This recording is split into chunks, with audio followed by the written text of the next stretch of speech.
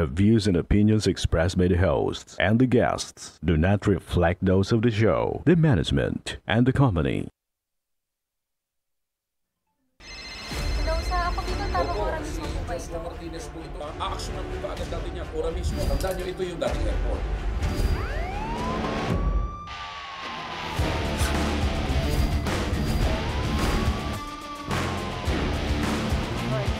Ano namang kayong dalawa pinagchichismisan yung mga marites kayo, ha?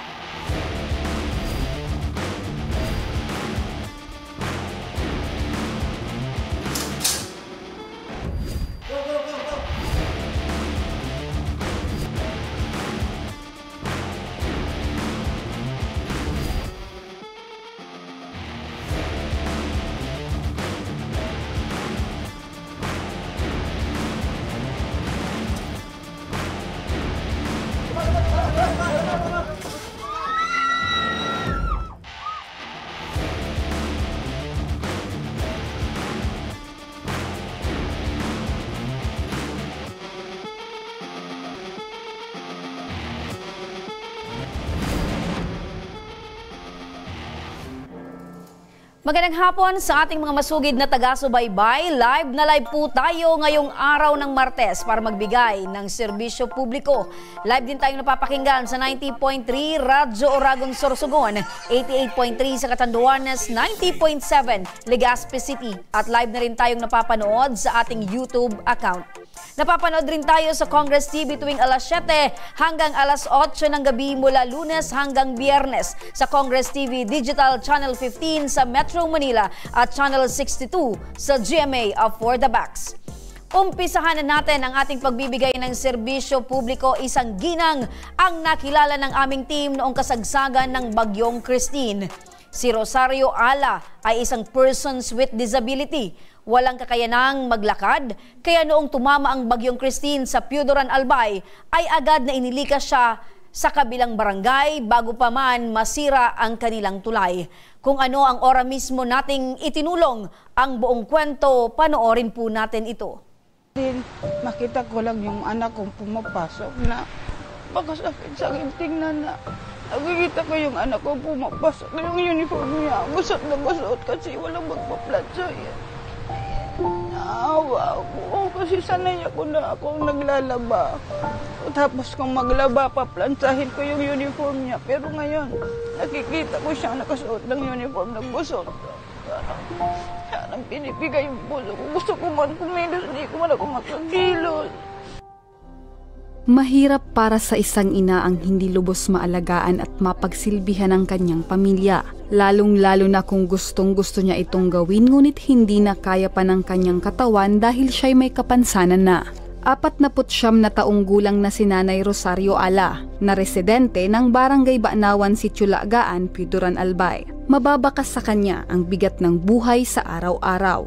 Buwan ng Abril kasalukuyang taon ng ma-stroke si Nanay Rosario. Dahil sa kanyang sinapit ay hirap na siyang gumalaw at hindi na rin siya nakakapaglakad mag-isa. Dating nagtatrabaho bilang isang barangay health worker si Nanay Rosario. Ngunit nang ma-stroke ay nabago ang takbo ng kanyang buhay.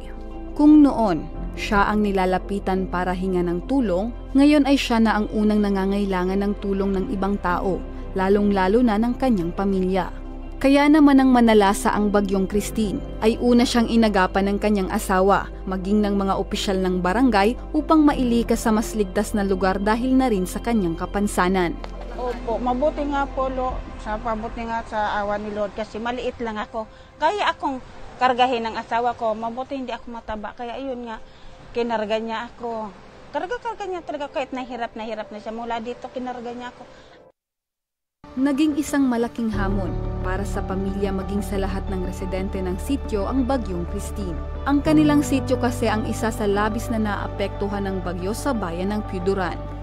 Naging suliranin din sa kanila ang pagkakaputol ng tulay na nagdurugtong sa kanilang sitio at barangay na nasira at hindi na napapakinabangan pa. Pangingisda ang pangunahing hanap buhay ng mga taga-sitio Laagaan. Kaya nang manalasa ang Bagyong Christine, isa ang asawa ni Nanay Rosario na si Tatay Roger sa mga naapektuhan dahil nasira rin ang kanyang mga kagamitan sa pangingisda. Nakuha ng bagyo ng mga basura, hindi na pwedeng magamit dahil wasak-wasak na.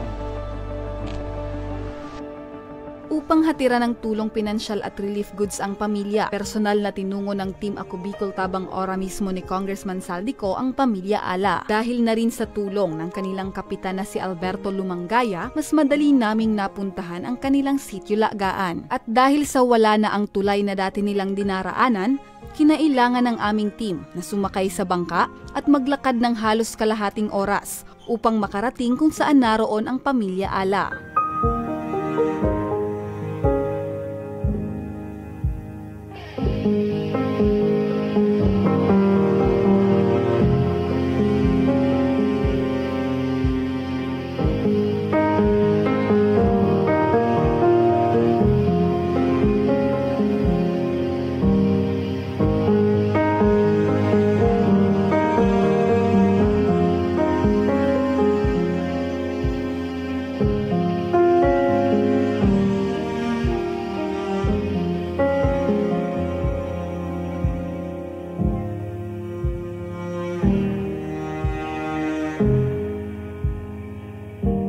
Siguro ko mahirap sa isang barangay official na datnan mo yung sityo mong ganito ang aabutan. Dahil noon, hindi ganito ito. Talaga ngayon, kung babasyan yung mga una, bumalik yung mga unang kalagayan nila. Yung dadaanan, yung tulay, nawala yung tulay na halos napakalaking bagay, napakalaking tulong sa aking mga nasasakupan. Itong si Rose, dati kong BNS, makikita ninyo PWS, pero nagsumikap siya, lumipat ng araw na yun. Kasi yung bahay na nasa gilid tala ng dagat. Nanawagan po kami ng tulong sa national government na sana maibalik yung tulay. Yun lang po ang hinihingi namin. Sira-sirang kabahayan ang bumungad sa amin nang makarating kami sa sityo. At isa na rito ang tirahan ng pamilya Ala sa labis na napinsala.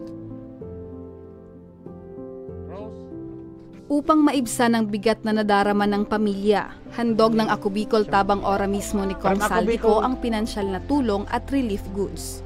At mababakas sa mukha nila ang tuwa dahil sa maagang pamaskong natanggap mula sa programa ni Congressman Saldico.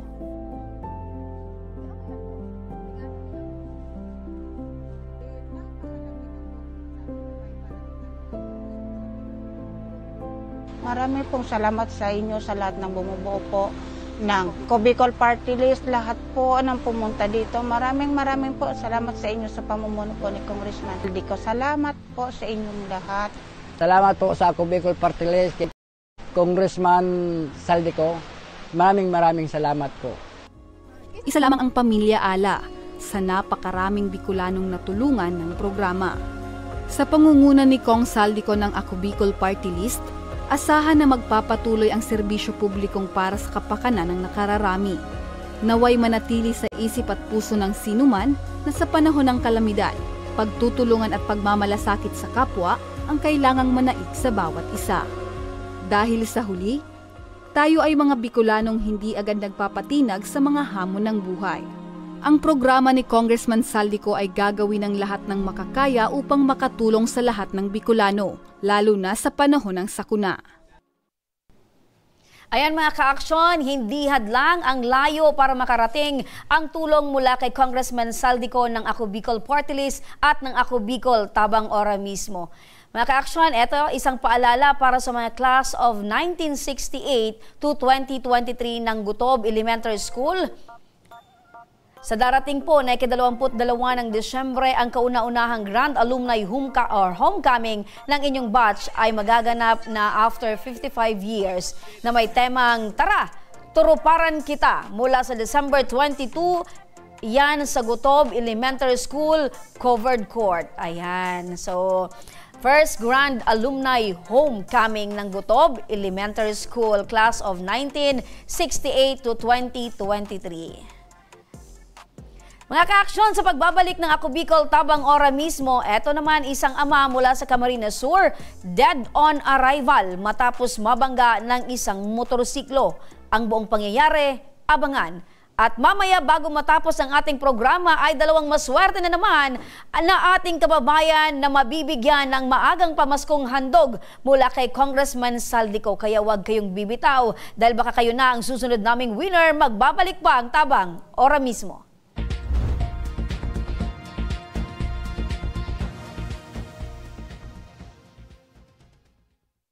Marahin aldaw sa Indo Gabos.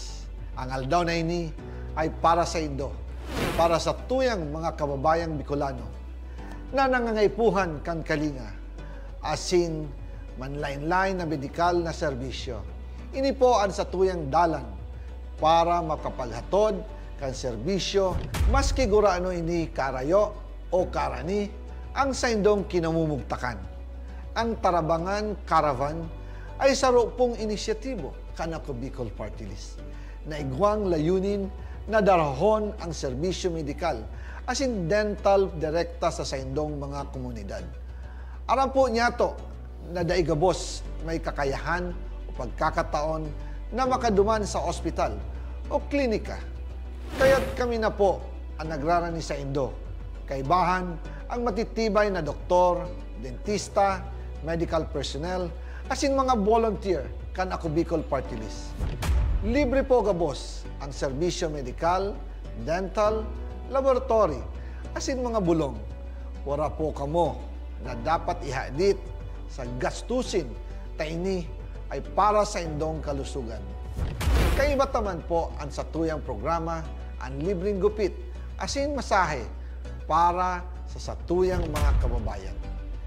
Maliban digdi, may local recruitment activity man kitang unyan. Ini po sarong biyaya para sa satuyang mga kababayan na nag-aanap kitrabaho. Sana po ay makatabang ini sa Indo. Tangani, makaanap ki mga bagong oportunidad para sa saindong pamilya. Mga kababayan, buya ko pong ipaabot sa Indo na ako Bicol Party List permi yaon para sa Indo. Sadto ngunyan asin sa maabot. Kami po ay padagos paglilingkod sa bawat Bicolano. Kami po ay nagpapasalamat sa saindong padagos na suporta. Habang yaon ang suporta kan kada Bicolano sa ako Bicol Party List, padagos po niya to dadarahon ang mga programa na direktang nakakapiktar asin nakakatabang sa Saindo Gabos.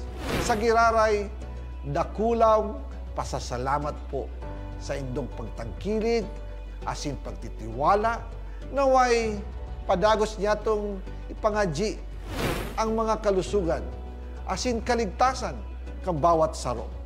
Padagos po kitang magtarabangan asin magkasararo para sa mas malusog asin masiglang Bicolandia. Nakulang salamat po asin marahin na aldaw sa Indo Gabos.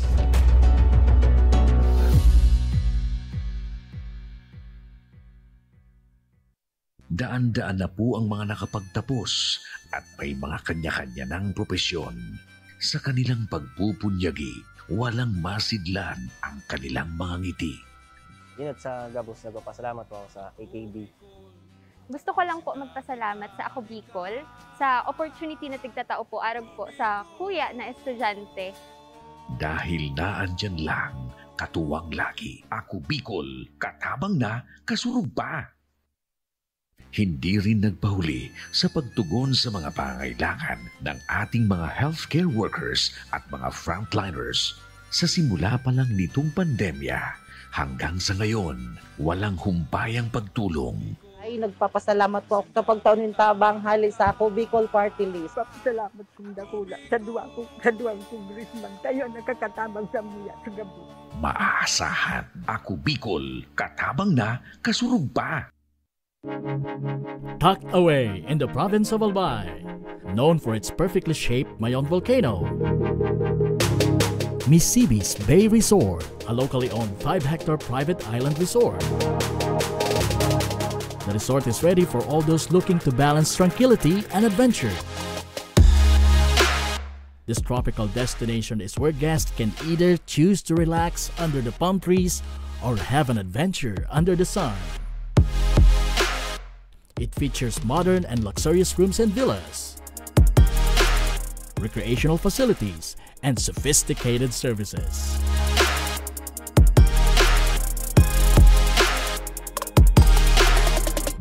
Come and experience Misibis Bay Resort, your tropical island getaway.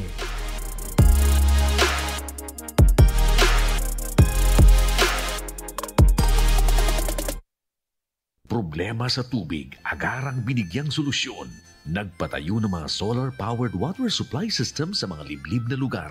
Libre, malinis at maaasahang supply ng tubig 24/7. Ako laon ang pagpapasalamat niya mo. Dahil may ikamalilingan habang kami nabubuhay. Ako laon nining tabang para sa gabos na tao digdi. Salamat po. Para sa ating mga kababayang nasa laylayan, Ako Bicol, katabang na, kasurug pa. Libo-libo na ang mga nabigyan ng tulong medikal.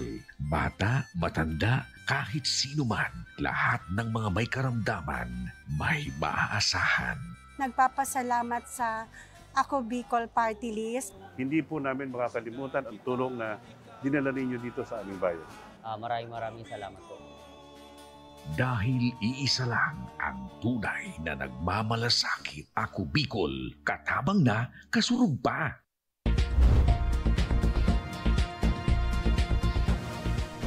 Nagbabalik mga kaaksyon ang Ako Bicol Tabang ora mismo. Eto mga kaaksyon mula sa Lagunoy, Camarines Sur.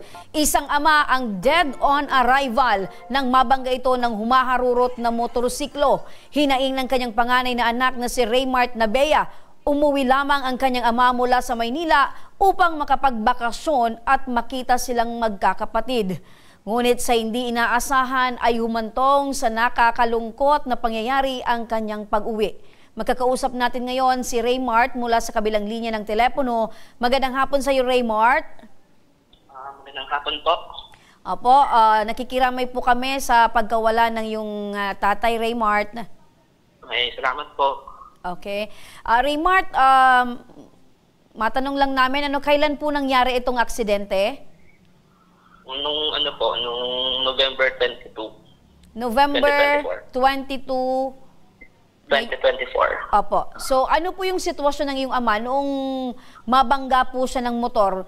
Nandun ka ba or nakita mo ba matapos itong aksidente, yung mismong itsura ng iyong tatay matapos itong mabangga? Nung time po ma'am, wala po, hindi ko po nakita kasi nasa trabaho po ako. Bandang alas 5 pa uwi. Dapat pa uwi po ako kasi hindi pa makapag-out. Opo. Kasi may tinatapos po ako. So base sa initial investigation ng PNP at sa mga nakita niyong mga videos and pictures, tumilapon rin ba itong tatay mo at itong nagmomotor? Ang pagkakalam ko po, tumilapon po yung tatay ko. Medyo malayo-layo ma'am yung talbo siya tumilapon siya sa siguro mga 4 to 5 meters, ganun po yung So ganun simula yung sa pagkakabangga. Oo, so ibig sabihin malakas yung impact ng pagkakabangga, ano? Yes po, ma'am. Eto bang nakabangga sa tatay mo ay nakausap nyo na, humarap na ba sa inyo? So far, ma'am, hindi po. Ang pumunta lang po sa amin yung kinakasama na babae, na asawa siguro. Yun lang po yung pumunta. Humingi lang ng dispensa. Yun lang po. Okay, yun, hanggang doon lang, humingi lang ng dispensa, pero hindi pa yung nakabangga yung humingi ng dispensa, kundi yung kinakasama pa. Opo, ma'am. Pero alam na nila na binawian ng buhay yung tatay nyo? Yes po, ma'am. Kasi nung nabangga po sa Medicare, nakausap ko po yung asawa. Sinabihan po namin na namatay yung namatay yung nabangga nung asawa niya. Okay. Ano yung naging usapan ninyo matapos nyong i-inform na namatay na yung tatay mo? Sa part po namin, ma'am, gusto po sana namin pag-usapan namin na magkaroon sana ng hustisya. Kasi dapat nung nangyari nun Friday, dapat kasi Monday babalik na sana siya ng Manila para magtrabaho ulit. Kasi hindi na po nakabalik dahil nga po nang nabangga. Okay. So nabanggit mo na nagbakasyon lang nagbakasyon lang itong tatay mo, tapos babalik din. Ano yung hanap buhay ng tatay mo doon sa Maynila? Empleyado ma'am ng M7 Enterprise. Bali, labor po siya doon. For 35 or 36 years, ganun po. Okay. So, nangyari itong insidente November 23, tama? Ma'am? Nangyari yung aksidente November 23. No, ma'am, November 22 po. November 22. So ngayon, bago pa nangyari yung aksidente, mga ilang araw na nagbakasyon dyan sa Camarines Sur yung tatay mo? Bali, ma'am, dalawang buwan na po siya dito. Umuwi siya noong September. Okay, September siya umuwi, nangyari yung aksidente, November, so 2 buwan na siyang naandyan sa Camarines Sur. Tapos babalik din sana siya, mga anong araw na yung babalik? Nung Monday po sana, babalik na dapat siya ng Manila. Okay, Monday na so nangyari yung aksidente. So, naalala mo pa ba yung huling naging usapan nyo ng tatay mo bago pa man nangyari itong aksidente? Wala naman, casual lang na usapan, ma'am. Yung parang magkakasama lang po kami sa bahay. Yun lang naman po. Opo. So, sabi mo kanina, wala man lang na binigay na tulong itong nakabangga at hindi man lang humingi ng dispensa personal, kundi yung kinakasama pa yung nagpunta dyan sa bahay ninyo. So ngayon, Raymart, ano yung pinakanais nyong mangyari? Para po sana naman, gusto po sana namin na mabigyan ng hustisya yung pagkamatay ng tatay ko. Kasi hindi man lang po sila, yung nakabangga, wala man lang pong imik, di man lang nagpabot ng kahit man lang humingi ng dispensa, wala po eh. Pero nakausap nyo na yung PNP regarding sa desisyon ninyo? Hello, Raymart?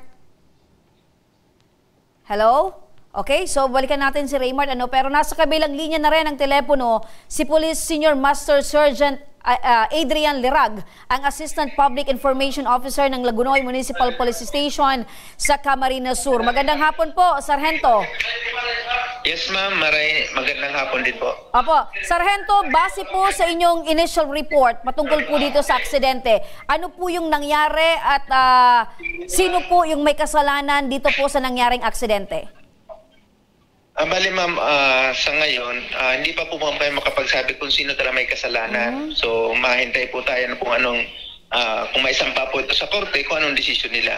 Pero po ang nangyari po nito, ma'am, ganito po, noong November 22, bandang 6:15 ng gabi, nagkaroon po ng aksidente na kung saan nabangga po ang sinasakyang pedicab nitong si Reynaldo Nabea Rivero, 58 years old, ng isang itim na motorsiklo na minamaneho po ni Mr. Rene Reyes Dominguez, 54 years old, na kung saan nagresulta po sa pagkakasawi nitong si Reynaldo Nabea, ito pong driver ng pedicab. Opo. So, Sargento, knowing na ang pedicab po ay wala naman po silang nilalagay na, or wala po talagang dyan nakalagay na ilaw, Pero dyan po ba sa lugar na yan pinangyarihan ng aksidente, madilim po ba dyan or meron namang mga ilaw? Ito po kasing part na ito, ma'am, provincial road. Ang tabi po nito may mga puno. Hindi na po talaga ito yung busy road na kung saan may mga street light. So, medyo may, dahil 6:50 na ng gabi, nag-aagaw na ang dilim sa kalong. Pero piling madilim-dilim na po ito, ma'am. Opo. So, sa inyo pong investigasyon, ano po ba itong driver ng motorsiklo? Nakainom po ba? Laseng? Base po, ma'am, sa sinagawang investigation ng aming kasama, ito pong driver ng isang motorsiklo na si Rene Reyes ay pumunta, ma'am, sa Barangay Hinurangan. Ito po kasi Barangay Hinurangan, meron po ditong mga coffee shop. So, allegedly, nag-inom sila ng kape ng kasama niya at nangyari po itong incident nang papauwi na po sila. Okay. So, ibig sabihin, hindi ito nakainom kasi galing sa coffee shop, or might as well, baka nakainom na dati tapos nag-inom lang ng kape para at least mahimas-himasan. Opo, pwedeng ganun din po, ma'am. Okay. So, nakausap nyo na po ba, Sargento, yung lado po nitong nakabangga?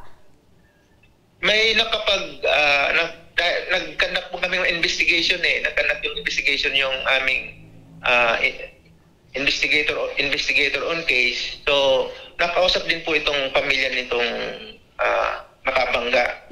Pamilya ni si Rene Reyes, particular, ma'am. So yun nga po, lumalabas sa investigation na pauwi na sila galing Barangay Hinurangan. Nabangga po itong padyak dahil allegedly walang ilaw at nagko-cross sa road. So ang tsura niya ma'am na parang harang na sila sa daan. So yun, paparating naman sila. Hindi na siguro nakayanan i-control yung motor. So yun, nabangga po yung padyak. Ang sunod kong tanong po, Sargento, napagharap na po ba itong dalawang magkabilang panig, ito pong nagrereklamo at ito pong inirereklamo? Wala pa po bang nangyaring pag-uusap sa harap po ng opisina ng PNP? Hello po, ma'am. Opo. Wala pa po ba? Wala pa po. Wala pa po silang confrontation sa barangay. Opo. Okay. So, ibig sabihin... allegedly, ito pong isang lado, itong pamilya po ng nakabangga, nakipag-usap na din po sa pamilya, sa biktima. Pero siguro wala din pong naging magandang resulta. Opo, base kasi po dito sa pamilya ng namatayan is hindi raw po yung nakabangga yung humingi sa kanila ng dispensa or nakiusap, kung hindi yung ka-partner po or ka-live-in partner. Ganon din po, opo. Okay. So sa ganito pong sitwasyon, Sargento, ano po ba yung kasong pwedeng kaharapin nito pong nakabanggang driver? Ito pong nakabanggang driver, si Rene Reyes, pwede po siya maharap sa kasong reckless imprudence resulting to homicide.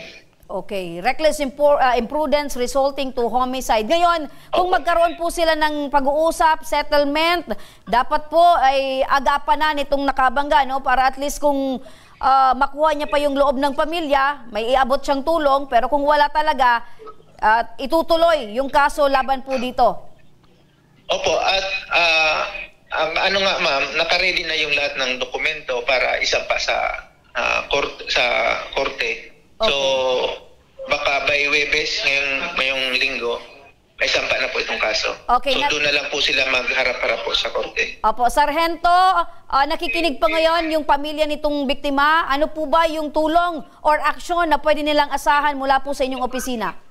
Opo, lahat naman po ng, doon po sa pamilya, lahat ng kinakailangan dokumento na galing dito sa amin ay naka-ready naman po at sabi nga po nila, available sila na samahan ng aming investigator sa Webes. Dito lang po yan ipapile po sa Municipal Trial Court ng Lagonoy. So malapit lang po, madali lang.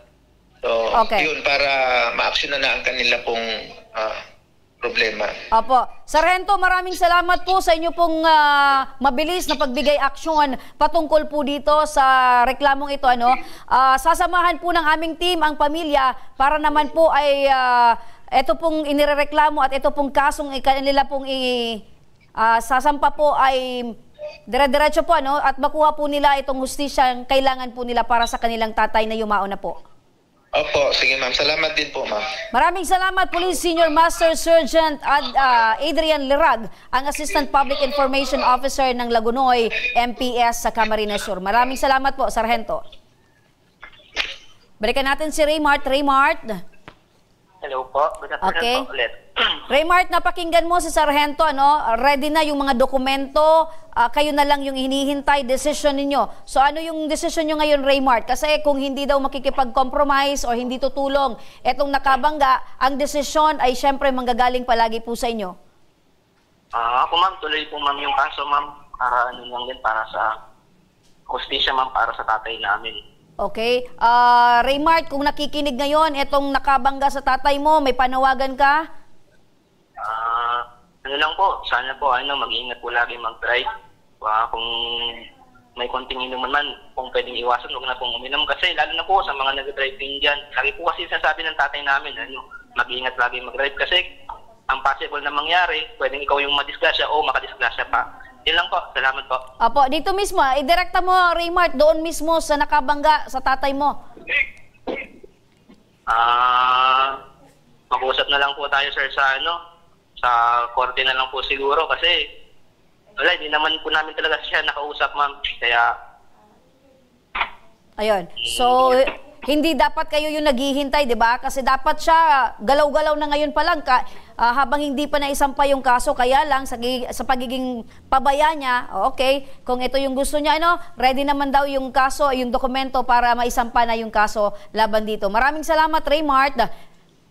Maraming salamat din Apo, po. pero diyan ka muna, nasa kabilang linya pa rin ang telepono naman itong si Sir Norby magtanong, ang Ako Bicol Party List Coordinator dyan sa Camarines Sur. Magandang hapon, Sir Norby.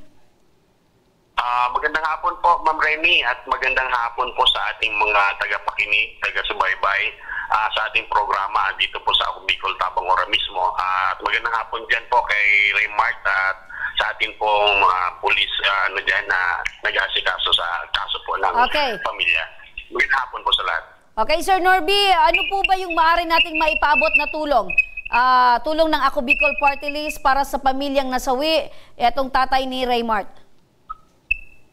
Opo, ganoon naman po ang Ako Bicol Party List po. Lagi naman po tayo tulong sa mga ganyang nangyayari. Ano po, mapamedical po ito or mapaboreal si Ako Bicol po sa tulong po natin Congressman Saldico, Congressman Gil Bungalon, nakahanda naman po tumulong palagi. Sa case naman nila si Raymart, Raymart sa yung tatay niyang na aksidente. Since may legal naman sila, so lalabas po tayo doon. Pero itong unang tulong na pwede po nating may bigay, itong boreal assistance na nagkakahalaga po ito ng 10,000. Sana po makatulong sa kanila ito. At malamang po at pwede po natin itong ayusin sa bukas. Baka po pwede sila makapag-claim nito sila bukas. Ayun, Raymart, napakinggan mo si Sir Norby. 10,000 piso na burial assistance mula sa Ako Bicol Party List.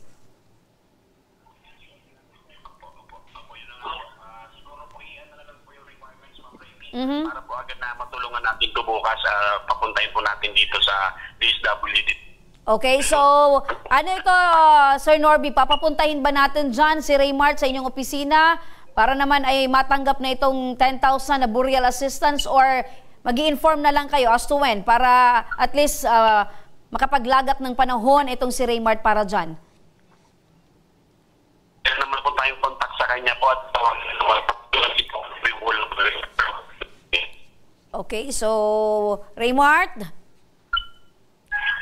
Hello, Raymart? Hello? Okay, Raymart. So napakinggan mo itong si Sir Norby, 10,000 piso na burial assistance ang matatanggap ng inyong pamilya para naman makatulong sa inyong mga pangangailangan. Maraming salamat, Raymart. Salamat po. Maraming salamat po. Okay, hintayin mo na lang daw yung tawag ni Sir Norby para maihanda niya na itong tulong para naman matanggap niyo na. Maraming salamat. Okay, salamat po ng maraming. Thank you po. Okay, maraming salamat din, Sir Norby Magtanong, ang coordinator ng Ako Bicol Party List dyan sa Camarines Sur. Maraming salamat po. Maraming salamat. At eto na mga ka-aksyon, dumako na tayo sa maagang pamaskong hatid ni Congressman Saldico sa kanyang mga masugid na taga-subaybay. Handa na ba kayo mga ka-aksyong malaman kung sino ang dalawang maswerteng mapipili ngayong hapon? Eto na, huwag na nating patagalin pa at tawagan na natin ang mananalo ngayong hapon. Unang winner, magandang hapon po. Hello? Hello po. Hello po. Ayan, congratulations. Ano yung pangalan mo, taga saan at ilang taon ka na? Dennis Barliso po, taga San Isidro Lipot, Alaway po. Apo, ilang taon ka na?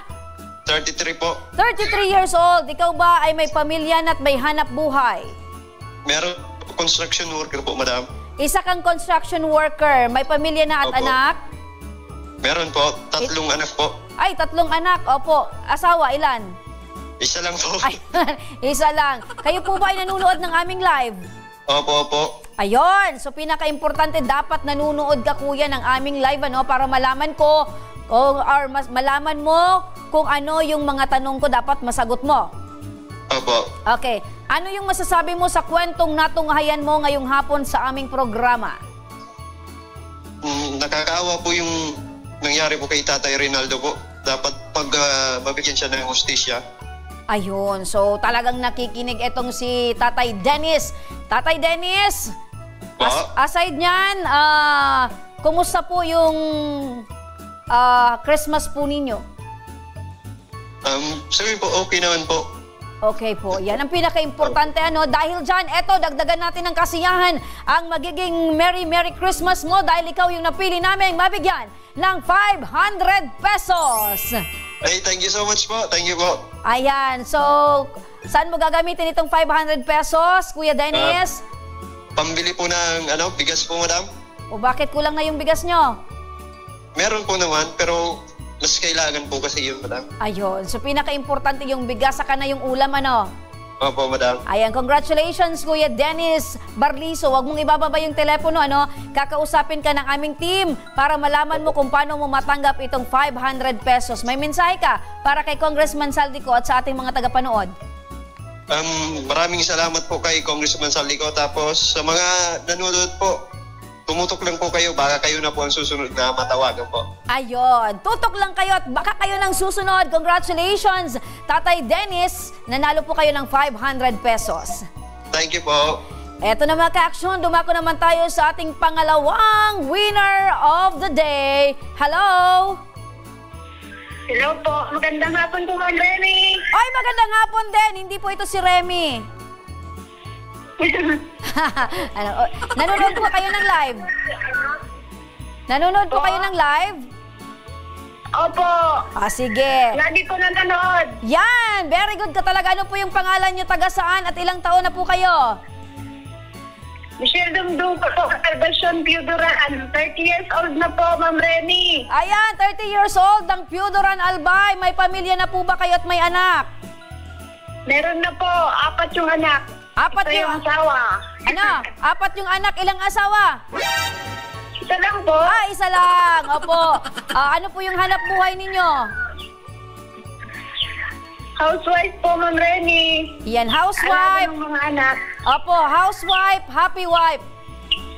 Yes po. Masaya po kayong may asawa? Masaya po. O parang hindi. Parang napipilitan ka. Masaya ka po bang may asawa?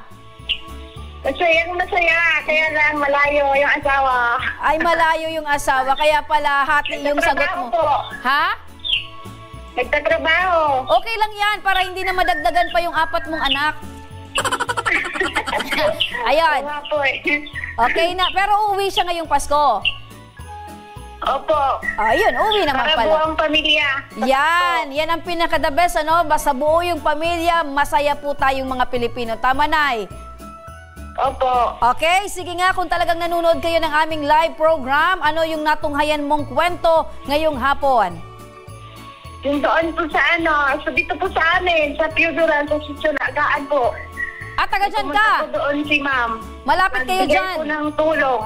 Okay, so isang kababayan mo ang nabigyan ng tulong ng Ako Bicol Tabang Ora mismo. Ayan. So, check, tama ang iyong sagot. Dahil dyan, Nanay, ikaw po ay nanalo ng 500 pesos.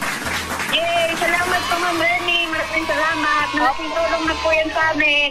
Saan mo gagamitin yung 500, Nanay? Panggatos diaper po ng baby ko. 11 months. Meron ka pang babying 11 months. Okay, pang diaper. Congratulations po sa inyo, Nay. Ano po yung mensahe nyo para kay Congressman Saldico at sa aming programa po? Maraming salamat po kay Kong Saldico sa tulong po niya sa maagang pamasko. At sa lahat po ng bumubuo po ng ang Tabang Ora mismo. Saka sa inyo po, Ma'am. Sa lahat po. Salamat. Congratulations, Nanay. Huwag kang bibitaw sa aming tawag at kakausapin po kayo ng aming staff para makuha po ang inyong detalye upang maidala po sa inyo ang inyo pong napanalunang 500 pesos. Congratulations! Salamat po. Salamat po. At iyan mga ka-aksyon, ang dalawang maswerteng napili ngayong hapon sa ating maagang pamaskong handog ni Congressman Saldico. Kaya sa mga ka-aksyon dyan, manood lang po kayo. Baka kayo na po ang susunod na manalo ng 500 pesos, di ba? Tuwing 1:00 ng hapon at maaari na kayong makatanggap ng 500 pesos. Siguraduhin nyo lang na umantabay sa aming programa at baka kayo na ang susunod na maswerteng mapipili. Okay? Mga ka-aksyon, muli para sa mechanics, panoorin po natin ito. Mga ka-aksyon, Pasko, Pasko, Pasko na namang muli! Gusto mo ba ng maagang pamasko? Dahil ngayong buwan ng Disyembre, ang tabang ora mismo ni Congressman Saldico ay araw-araw nang mamimigay ng 500 pesos! Kaya't ano pang hinihintay nyo? Sundin na ang ating mechanics! Una, dapat nakafollow ka sa social media pages ng aming programa mula sa Facebook, YouTube, TikTok at Instagram. Pangalawa, manood sa aming live program mula Lunes hanggang Biyernes, 1:00 hanggang 2:00 ng hapon. Pangatlo, mag-like, share at comment sa aming live program ng inyong opinyon tungkol sa inyong napanood. Pang-apat, mag-iwan ng inyong detalye sa aming Facebook Messenger, pangalan, address at contact number. Oh, huwag niyo nang palampasin to ha! Sumabaybay na sa aming programa. Baka kayo na ang susunod naming matawagan at makatanggap ng 500 pesos! Merry Christmas mga ka-aksyon! At yan mga ka-aksyon para sa aming mechanics at 15 days na lang mga ka-aksyon at Pasko na! Merry Christmas! At mga ka-aksyon sa mga nais humingi ng tulong sa aming programa, panoorin po natin ito! Sa may mga problemang legal at medikal na nais humingi ng tulong sa ating programa, maaari po kayong magsadya sa aming tanggapan sa ground floor Embarcadero de Legazpi, Victory Village, Legazpi City.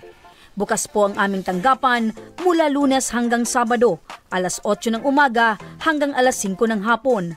Sa mga nasa Metro Manila naman po at kalapit na lugar, maaari rin po kayong humingi ng tulong sa Action Co Center sa North Wing ng Batasang Pambansa. Magpunta lamang po kayo tuwing araw ng Lunes, 8:00 ng umaga hanggang 1:00 ng hapon.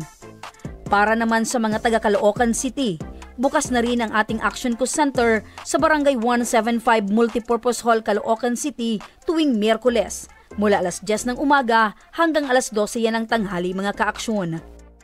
Maaari na rin po kayong magtungo sa Ako Bicol tabang ora mismo ni Congressman Saldico sa Camarines Norte, sa Provincial Capitol Building, Barangay 3, Daet, Camarines Norte. At para naman sa mga taga Camarines Sur, maaari na rin po kayong dumulog sa Zone 2 Tagungtong, Gowa, Camarines Sur. Bukas po ang aming tanggapan mula Lunes hanggang Biyernes, 8:00 ng umaga hanggang 4:00 ng hapon. Maaari din po kayong magpadala ng inyong mensahe sa aming official Facebook page na Ako Bicol tabang ora mismo. Kahit anong reklamo ay amin pong tinatanggap. Huwag niyo rin pong kalimutan i-follow ang aming mga official social media account sa aming Facebook account, YouTube at TikTok account, Ako Bicol tabang ora mismo. Kaya hanggang bukas mga ka-aksyon, sama-sama nating aksyonan ang mga problemang medikal at legal. Ito ang programang May Paninindigan, tutugon sa inyong pangangailangan. Ako po si Remy Araneta Mendones, magandang hapon at salamat. Ito ang Tabang Ora Mismo. Action ko sa mga nangangailangan, action ko lahat ay dadamayan. Noon at ngayon tayo'y sinamahan, action ko patuloy na magsisilbi. Action ko sa mga